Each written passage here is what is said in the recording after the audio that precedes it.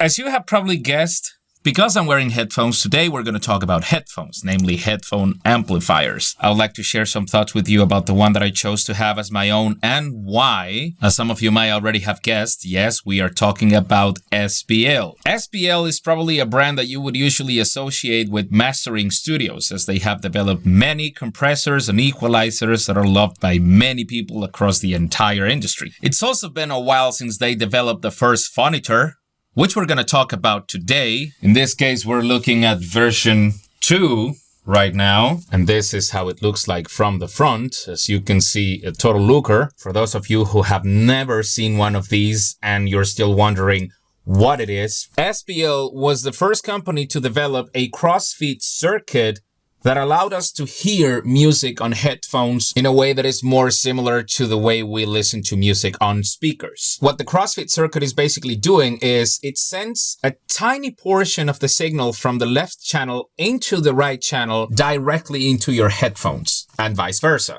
There is a smaller version that is a bit more affordable right now called the Phonitor 1, which will still give you the Crossfeed circuit, but you might not be able to tweak it to taste, whereas the Phonitor 2, which is the bigger brother, will give you all of these different options, so what you're hearing on your headphones can more closely match what you're hearing out of your speakers in the room. This knob, which should be the most obvious, is the one that gives you the amount of crossfeed effect that you want on your headphones. This will depend whether you have headphones with very closed or very open sound stages, for example. In my experience, when you set the crossfeed to max, it's a bit too much, so I like to set it between 4 and 5. Actually, SPL recommends to start around here. However, in my particular case, some of the headphones I have are very, very wide and detailed, so in my case, it was actually better for me to go with 4 or 5, depending on the pairs that I have.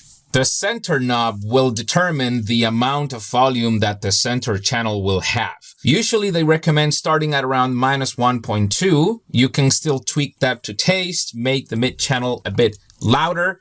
That's going to be always up to you, of course. However, I did like the -1.2 setting as recommended by SPL.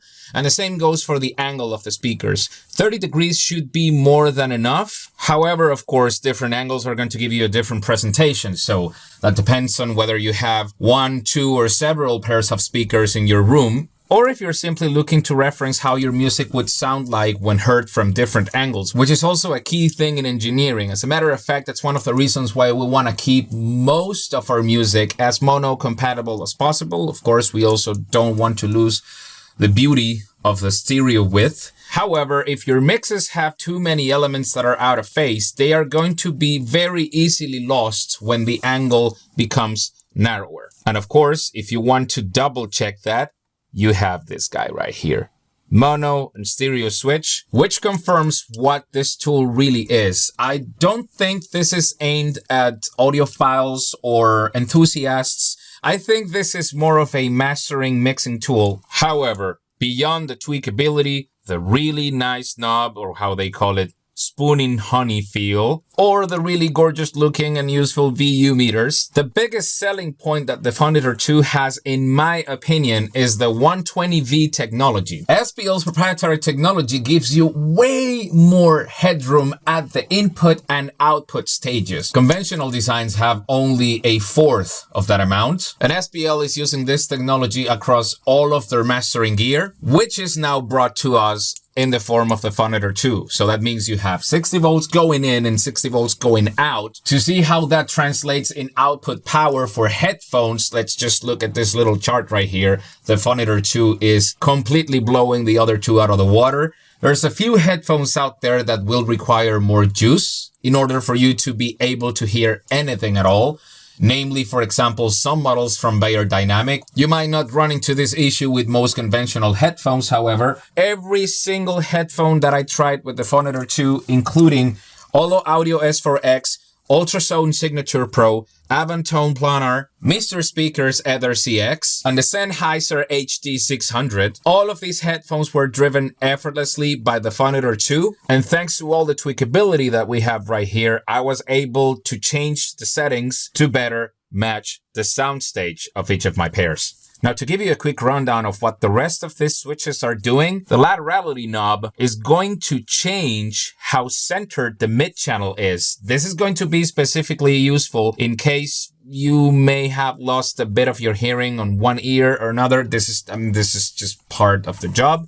You lose some frequencies in one side for sure, especially if you are reaching your 40s and you've been working with music for a very long time. This is just going to be one of those things. It's like guitarists having problems with the wrists. It's a very common problem, which is why we should probably be more mindful of the levels that we listen music in. I've been myself more mindful of that recently, especially because, well, mixing on headphones for a very long time can definitely damage your hearing. So having a tool like this one actually helps me keep my levels on check. Thankfully, I have not had to move this guy just yet, so I must be still good. This one's very obvious. You can calibrate the headroom of the VU meter. You can just bring that up and then it will have a little bit less sensitivity. In my case, however, I am actually good at the normal setting because I am not sending too much input into it. The matrix switch, of course, allows you to turn off the entire crossfeed matrix, or if you're not interested in using this part of the circuit, you can just switch it all the way here. And this means you will hear exclusively the crossfeed and the angle of the simulated speakers. In my case, I like to keep them all on. The source switches should be very self-explanatory. You have 3 inputs in the back, 2 XLR inputs and 1 RCA input. And you also have an extra XLR output that you can switch by changing this right here, which allows you to send the signal to a pair of speakers, or even better, the rack extension that comes with this that allows you to listen on a total of 4 different pairs of speakers. So this makes the Phonitor 2 not only a mastering tool, it can turn it into a full-fledged monitor controller. Right underneath, you will also find a few different tweaks that you can do that will allow you, for example, to increase the amount of input, use the XLR output as a pass-through, which is useful if you have, say, headphones with XLR balance cables, or if you're trying to send the signal to another monitor controller. And last but not least, these 2 switches right here that allow you to listen to the left or the right channel in solo mode.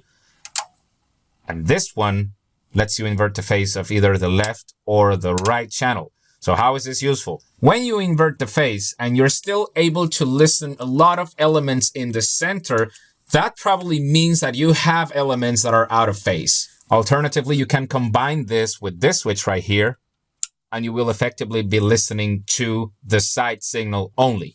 So how or why is any of this interesting anyway? I was personally sold from the beginning based on the Crossfeed circuit on its own. Matter of fact, I considered to get the smaller unit because I figured I don't really need that much. But when I finally had the unit set up and ready to go, I have to say I needed to do a few blind tests to confirm what I believed at first to be maybe a placebo effect of sorts. And I am not a fan of believing my own fantasies or getting anything that is not necessary. So how necessary is something like this?